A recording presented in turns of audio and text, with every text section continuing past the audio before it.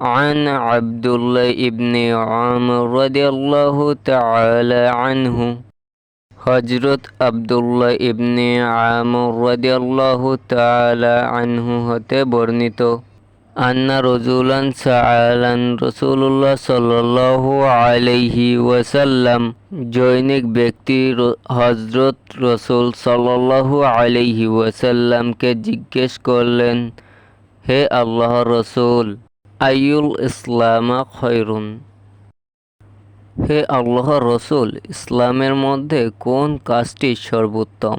ক্বালা তুতঈমুত তুআমা ওয়া তাকরাউস সালামা, রাসূলুল্লাহ সাল্লাল্লাহু আলাইহি ওয়াসাল্লাম বললেন, তুমি অপরকে খাদ্য দেবে এবং সবাইকে সালাম দেবে। আলা মান আরাফতা ওয়া মান লাম তা'রিফ, তুমি যাদেরকে চেনো এবং যাদেরকে না চেনো। মুত্তাফাকুন আলাইহি, বুখারী ও মুসলিম শরীফে হাদিসটি বর্ণনা করেছেন। আবারও পড়া যাক। عن عبد الله بن عمر رضي الله تعالى عنه أن رجلا سأل رسول الله صلى الله عليه وسلم أي الإسلام خيرا؟ قال تطعم الطعام وتقرأ السلام على من عرفت ومن لم تعرف মুত্তাফাক আলাইহি। অনুবাদ: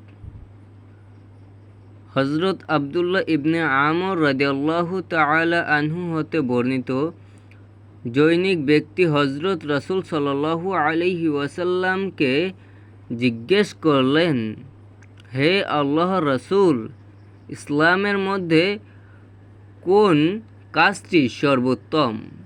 তিনি বললেন, তুমি অপরকে খাদ্য দেবে এবং পরিচিত অপরিচিত সবাইকে সালাম দেবে।